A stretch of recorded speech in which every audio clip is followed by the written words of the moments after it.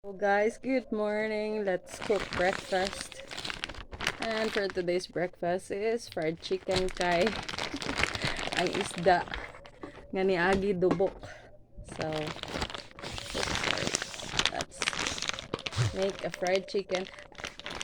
I really love this Magnolia nga ready to cook na fried chicken kay marinated na siya daan.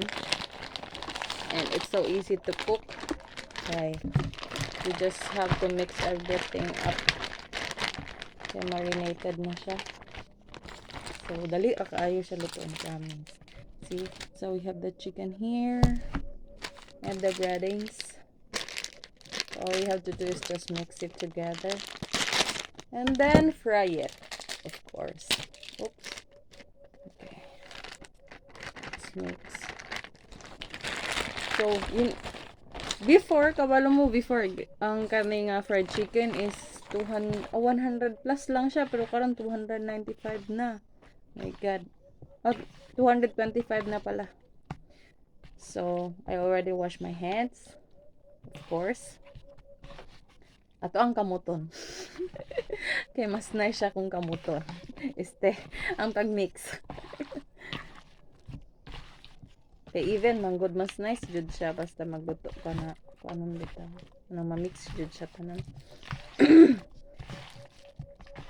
So, mo lang niya mong breakfast karon kay nagluto og isda, ang niagi nga isda, nagadubok naman na-discourage ko sa mga isda. So, this is all ready. Ato na i-fry with low heat lang kay para maluto din siya. So, guys, hold on. Ito na to sa chicken. Sana pa siya nabilin. Actually, 8 pieces na siya sa isa ka pack niya. So, let's just wait. Mag golden brown and then baliktaron nato. I-cover lang din nato siya para maluto. With low heat para dili siya mapagod. Balik. Nga kanang fried chicken good kay masunog tas wala pa naluto. So, low heat lang sa. So, baliktaron na nato ang chicken. Actually, ang uban is na baliktad na nato. Nakalimutan tong video. Baliktadon. Let's flip it over and see, it's brown na. It's brown but it's not cooked yet kay that's why low heat lang sa pa. Pwede siya masunog, guys. Yan. So, kung inaano na siya ka-brown, pwede na siya i-high heat. Parang dili po kayo siya asin ko. So, para ma-crispy yung skin. So, update to, guys. Let's see. Kung brown na ba. This one is not yet.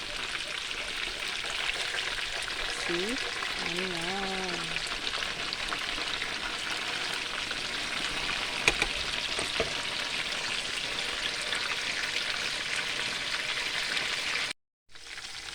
Guys, update sa itong fried chicken. Almost done na. Brown na siya. So, pwede na siya kaunon or tagalan sa karahay. Ayan na guys, it's done. Time for breakfast na. Kain tayo. Mga on ta rin yun.